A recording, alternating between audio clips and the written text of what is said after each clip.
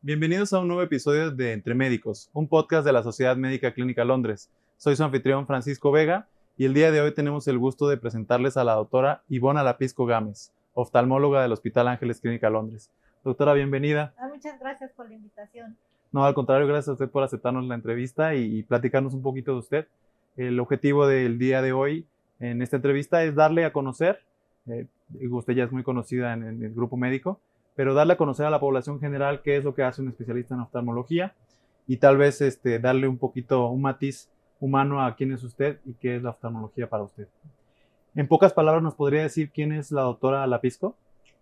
Sí, yo soy una amante de la naturaleza y una lectora insaciable.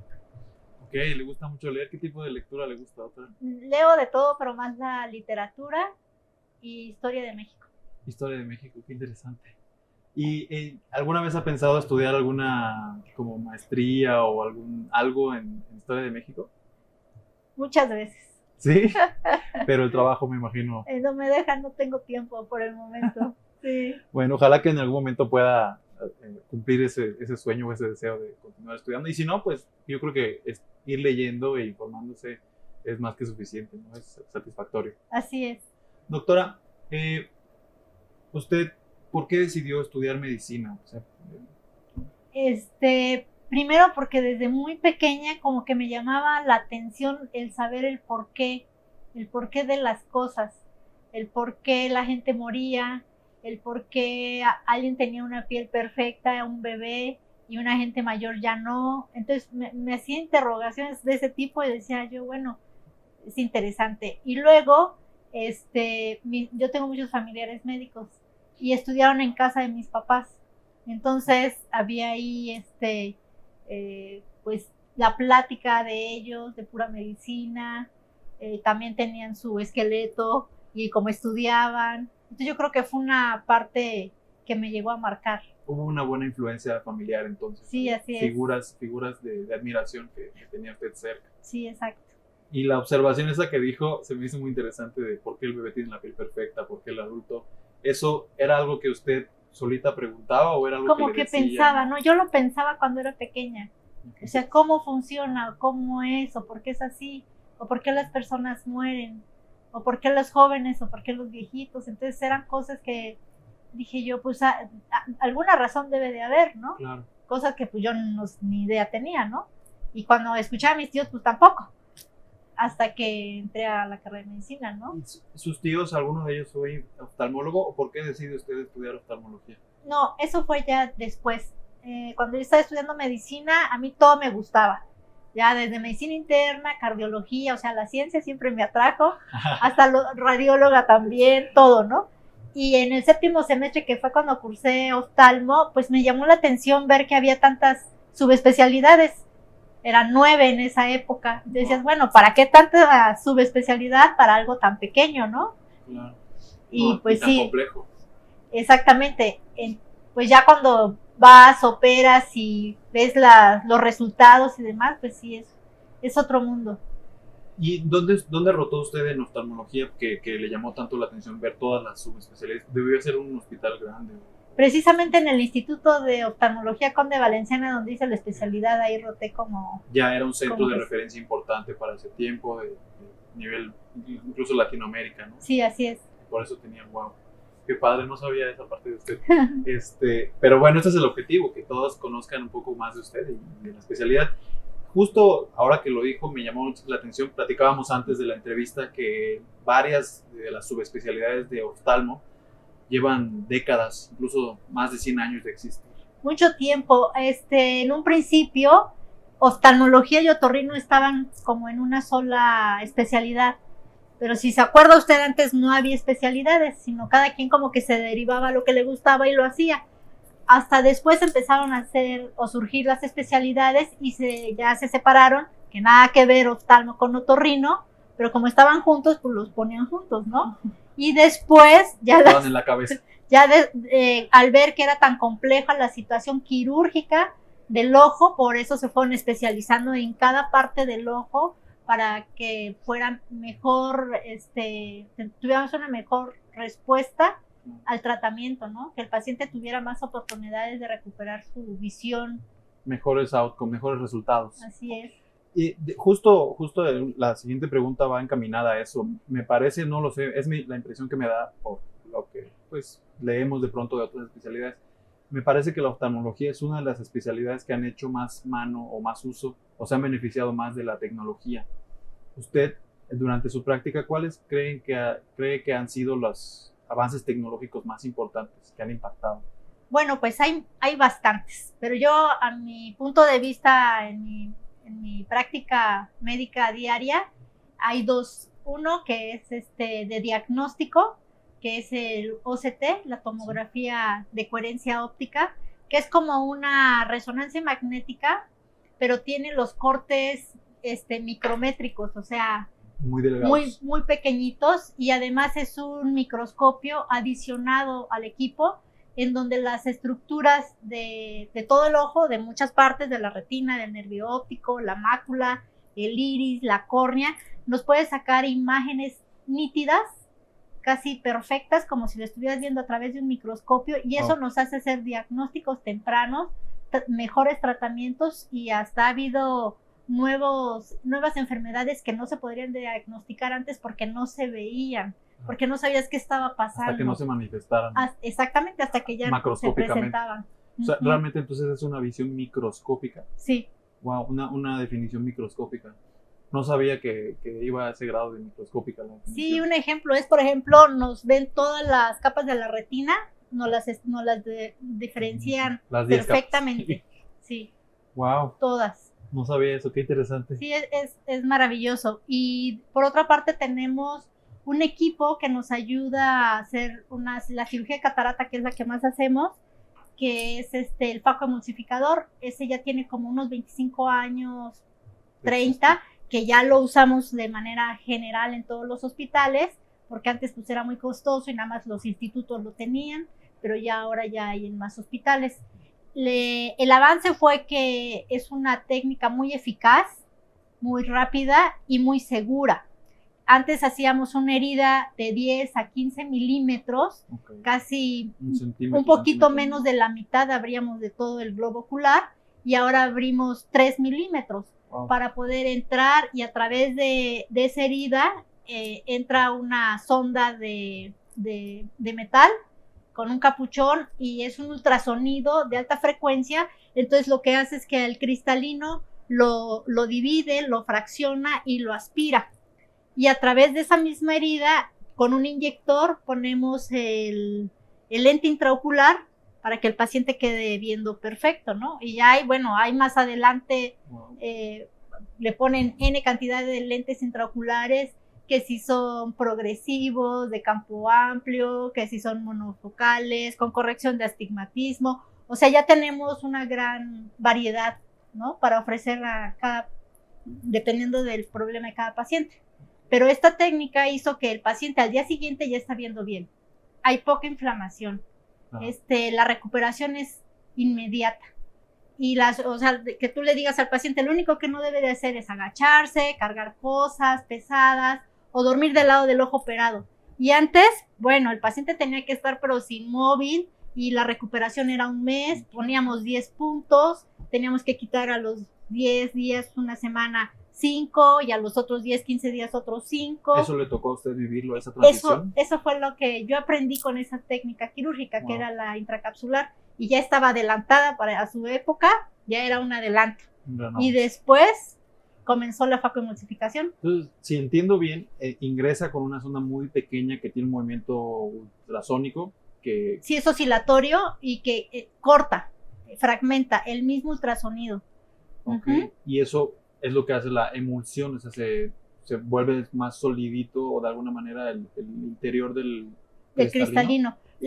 Lo que hacemos, si se acuerda, antes decían que tenía que estar madura la catarata para poderla quitar. Y era que tenía que estar durita, porque si estaba media licuada o muy blandita, no podía sacar el núcleo de la cámara anterior hacia el exterior, ¿no? Y actualmente, pues, aunque esté blandito, tú puedes entrar y operar. Por ejemplo, hay pacientes que un cirujano plástico veía 20, 30 y me dijo, es que no veo para operar. necesito que me operes porque ni con lentes veo. Y 20/30 es... 20/30 pues es una buena visión, en general para todos, pero a él, no para lo que él hacía, ya no le servía. Y antes, pues te tenías que esperar a tener una 20/100, 20/200, o sea, realmente ver muy nublado, muy borroso para que te pudieran operar. Que lo normal es 20/20 y él con 20/30 ya era necesario para su trabajo. Sí, tenía 2 líneas perdidas de visión, pero para dar el punto y todo eso no podía, o sea, le costaba trabajo, ¿no? Y entonces se beneficia de estas nuevas técnicas de operarse con mayor antelación. Sí, dependiendo de las necesidades del paciente. Wow. Qué padre está eso. Sí. Doctora, estaba viendo dentro de sus especialidades o dentro de sus expertise, que si la buscamos en internet ahí aparece, ¿no? Cirugía refractiva con láser. ¿En qué consiste la cirugía refractiva con láser y qué enfermedades o qué padecimientos trata? Bueno, la cirugía tiene diferentes nombres que le dicen LASIK, LASEK, PRK, y eso depende del tratamiento que se le dé previamente a la córnea antes de aplicar el láser. Nada más son terminología, ¿no? En sí, la cirugía refractiva lo que hace es que adelgaza la córnea, el grosor corneal, para disminuir la cantidad de dioptrías que tiene el paciente de acuerdo a lo que él tiene. El láser es un tipo de ablación, es como si una gota cayera en la arena que va haciendo esto. Uh-huh. Esa es la ablación que hace el láser exactamente en el lugar donde el paciente lo requiere, ya sea que, por ejemplo, que sea miopía, astigmatismo, hipermetropía, hace donde lo requiere porque ya está programado. Entonces tú le pones la graduación, el eje y todo, y el láser sabe dónde hacerlo. Oh. Antes de eso, pues tienes que hacer una preparación para que el láser penetre y quede bien el paciente por muchos años, ¿no? 10, 20 años. Entonces, de manera burda, para los que no somos oftalmólogos o especialistas en la visión, es como limar de alguna manera el cristal en nuestro lente natural hasta el punto que quede justo donde está dañado, alineado con los demás para que la refracción sea correcta y veamos bien. Exactamente, wow. Para que la imagen sea nítida a nivel de la retina, o sea, para que llegue aquí. Si tú tienes miopía o astigmatismo, hipermetropía, pues una llega antes o una llega después de la retina, claro. U otras se difracta y entonces llega en muchos puntos y el paciente ve como con sombra o como borroso o corrida las letras, ¿no? Sí. Dependiendo el problema que tenga el paciente. Sí, yo astigmatismo. Ya sé lo que se siente. Doctora, ¿qué son las cataratas? También estaba viendo que usted es especialista, ahora que nos contó ya me queda más claro por qué.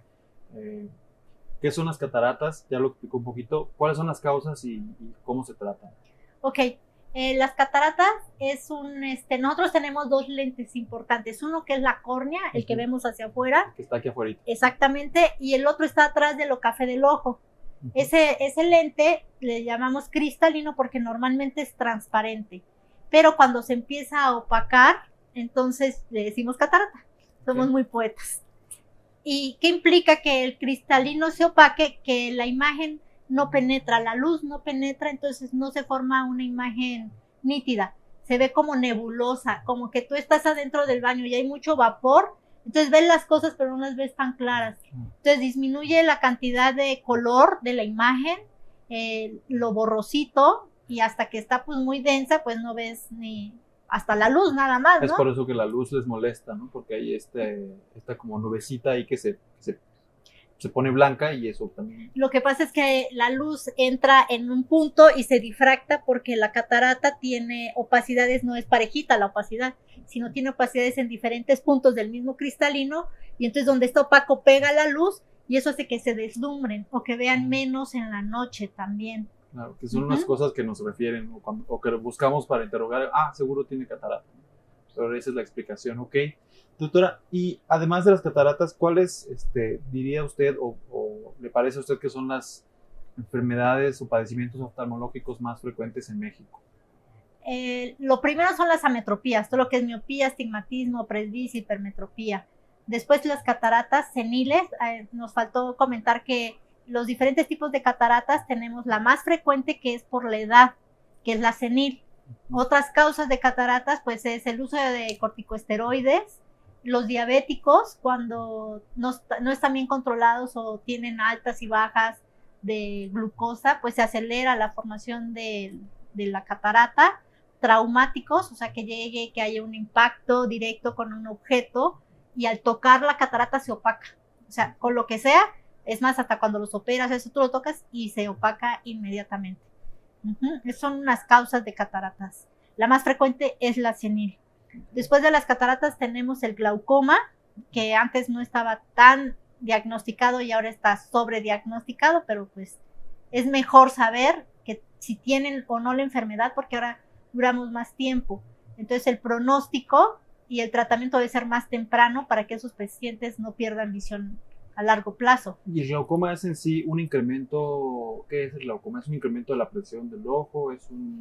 Para hacer el diagnóstico de glaucoma se toman 3 cosas para poder decir que este paciente tiene glaucoma. Primero, que tenga la presión alta, la presión intraocular. Segundo, que tenga daño en el nervio óptico.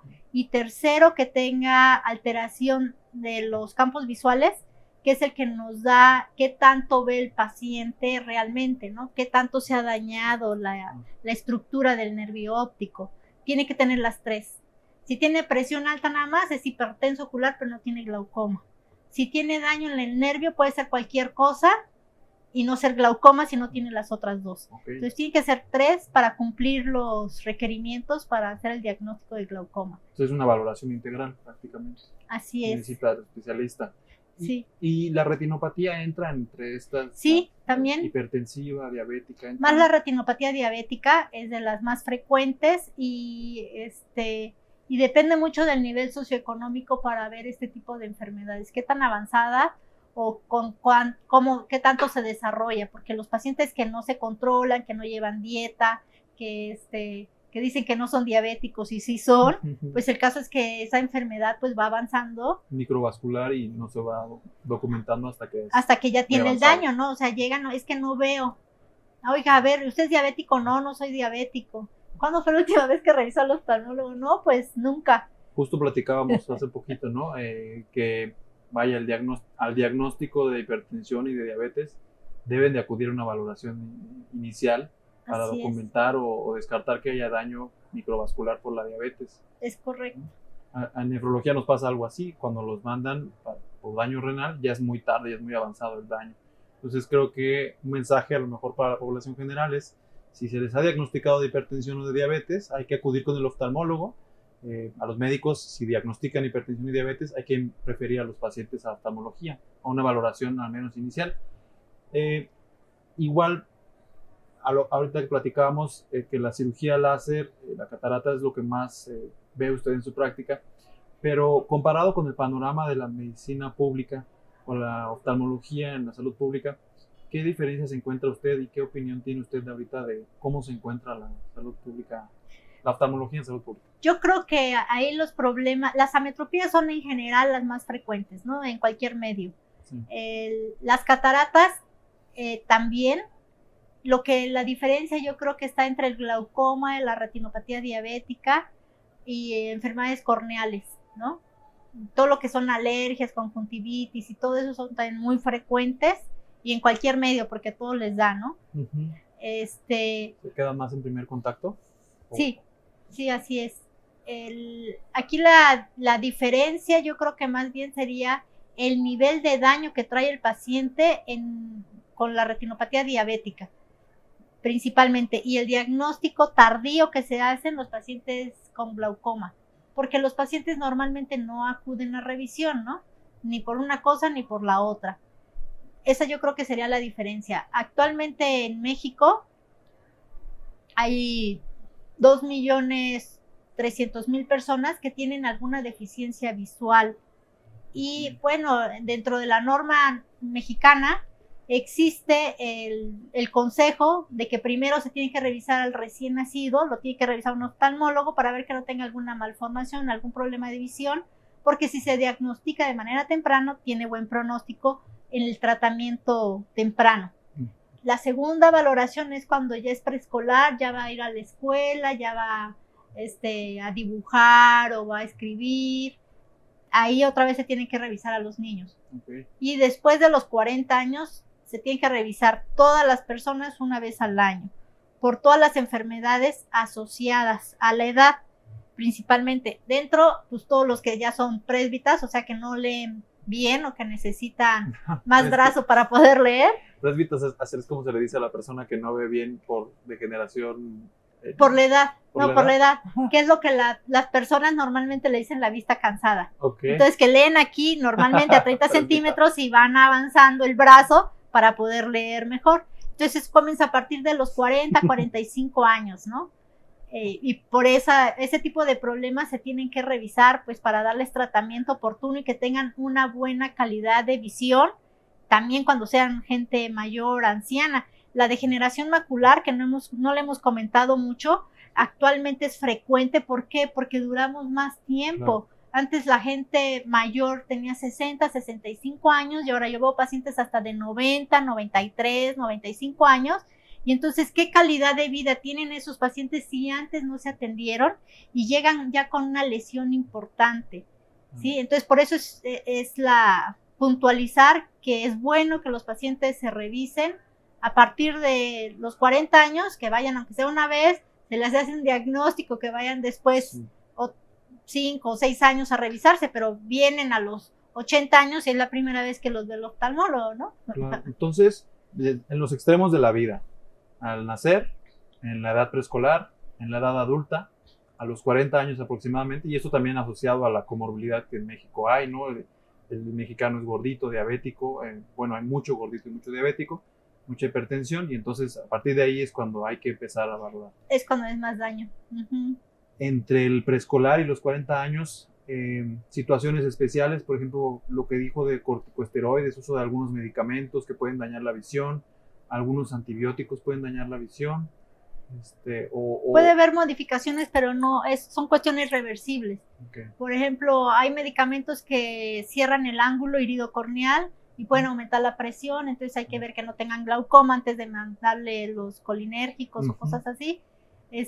Son muy específicos, ¿no? Okay. Aquí yo creo las cuestiones importantes, que es la mayoría de la población, es que los niños, por ejemplo, que tienen algún tipo de necesidad visual, se tienen que revisar cada 6 meses hasta los 10, 12 años, que es cuando el ojo deja de crecer, porque los llevan cada 2, cada año, y el paciente modifica su graduación probablemente a los 6 meses porque va en comparación también con el crecimiento del niño, ¿no? Entonces, si el niño crece, probablemente la graduación también aumente. Entonces, tienes que estarlos graduando para que tengan siempre una buena calidad visual.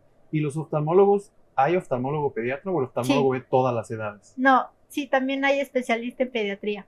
Perdón por la pregunta, pero no, la verdad no lo sabía, ¿eh? Sí. Una pregunta más que va ligada a lo que acabamos de platicar es, ¿cuándo un especialista, que ya platicamos unas situaciones, pero a lo mejor tiene usted algunas otras observaciones, ¿cuándo un especialista o un médico general debe de referir al oftalmólogo? ¿Hay algunas urgencias? Seguramente sí. ¿Y hay algunas otras situaciones en las que debemos referir? Principalmente son los pacientes diabéticos, los pacientes que tengan algún antecedente de baja visual, antecedentes heredofamiliares, porque también a veces no saben los pacientes que si hay alguien que tenga glaucoma, que en su mayoría son de herencia, o sea, el más frecuente es hereditario, principalmente, ¿no? Y ver que se hagan sus graduaciones correctamente. Hay gente que no ve o que no ve con un ojo y nunca se han dado cuenta, ¿no? Wow, sí, la verdad es que eso, bueno, no me ha tocado ver casos así, pero supongo que en oftalmología sí, ¿no? Y decía hace ratito, doctora, que son muy poéticos. ¿Por qué dice eso? Pues sí, se les ocurrió ponerle catarata porque se ve blanco, ¿no? Por eso son poéticos. Y yo pensé que lo decía también hay historia de oftalmólogos famosos. Y creo la última pregunta, que le agradezco mucho todo lo que nos ha comentado ahorita, es, bueno, la penúltima pregunta es, ¿quién es su oftalmólogo famoso favorito? ¿Y por qué Arthur Conan Doyle? Bueno, no es cierto. ¿Quién es su oftalmólogo favorito? Es el doctor Barraquer, José Barraquer viene de un linaje de oftalmólogos, su padre fue oftalmólogo, todos sus hijos, que son 4, fueron oftalmólogos. Ellos fundaron la Clínica Barraquer en España, ellos son de Barcelona, y después él se vino a América y hizo su clínica y su hospital y su escuela de oftalmología en Colombia, y las dos son súper famosas. Él es una persona, es un inventor, es un estudioso, un científico, en donde inventó más de 40 instrumentos quirúrgicos. Wow, es un hombre renacentista, entonces. Más de 17 cirugías que no se hacían. Y a él se le conoce como el padre de la cirugía refractiva moderna. Wow. Él hacía experimentos en conejos, en donde con un torno adelgazaba la córnea por la parte posterior, o sea, se las quitaba, la adelgazaba y se las volvía a poner y les medía, ¿no? Entonces, él así, haciendo experimentos, fue que llegó a la cirugía refractiva. Wow. Hay una anécdota. ¿Vive todavía el doctor? No, ya falleció, pero hace poco. ¿Y sus hijos viven todavía? Sí, los hijos todavía viven. Hay una historia en donde cuando fue la Segunda Guerra Mundial, veían que los pilotos, por ejemplo, de helicóptero, que tuvieran algún accidente y por errores del destino tenían alguna herida en el ojo, muchos de ellos que usaban lentes dejaron de usar lentes. Entonces se dieron cuenta que eso lo que hace es que aplana la córnea, la herida. Entonces ese paciente se corregía la graduación con el corte. Entonces también por ahí surgió la cirugía refractiva con bisturí de diamante, ¿no? La queratotomía radiada, que fue la primera cirugía refractiva. Y ya después fue la de láser. Wow, qué interesante. Doctora, una última pregunta y que para que nos regale para la audiencia y para las personas que nos ven. ¿Qué recomendaciones nos daría para salud visual? ¿Qué recomendaciones le daría a la gente para la salud visual? Bueno, primero que se hagan sus revisiones periódicas. Segundo, que no se froten o se tallen los ojos porque eso ocasiona daño corneal. Que los ojos no se tocan para nada, entonces si tienes comezón o algo, pues te sobas tantito, pero con las manos limpias. Eso es importante porque si te los tocas, te los puedes infectar. Que investiguen los antecedentes familiares si tienen algún daño, porque les preguntas, oiga, ¿en su familia todos vieron? No, pues mi abuelita no veía, pero no sé por qué. Entonces es importante saber por qué, para ver si ellos, y buscar que ellos no tengan alguna enfermedad de fondo. Atenderse tempranamente, detectar tempranamente a lo mejor alguna enfermedad, ¿no? Así es. Y por ejemplo, el uso de los celulares, el uso de la lectura en la noche, ¿alguna otra recomendación por ahí? Ya está predicho que el 70% de la población en algún momento a corto plazo va a utilizar lentes. Hay una fijación, una convergencia por estar leyendo el celular o la computadora todo el tiempo, en donde ese esfuerzo visual hace que se produzca un tipo de ametropía. Entonces la recomendación es que los pacientes tienen que descansar, o sea, no puede estar todo el día viendo un aparato, luego el otro, leyendo, o estando en la computadora y luego en la televisión, sino que tienen que tener lapsos de descanso para que ese movimiento ocular no esté forzando el ojo tanto tiempo. Okay. Y ese descanso obviamente es, estoy trabajando y no voy a poner a descansar viendo la tele. No, a descansar la vista. Cerrando los ojos, viendo otras cosas, no fijando la vista en Perfecto, le voy a decir eso a mi jefe porque la verdad paso muchas horas en la computadora. Entonces, muy bien dicho. Yo creo que es una excelente excusa, lo dijo la doctora Lapisco, ya escucharon, media hora de descanso visual. Entonces, pues les agradezco mucho que nos hayan acompañado, doctora. De verdad, muchísimas gracias por aceptar la entrevista, por esperarnos y por compartir un poco de usted con nosotros y con la audiencia. No, muchas gracias. Hasta luego, gracias a usted. Gracias, hasta luego.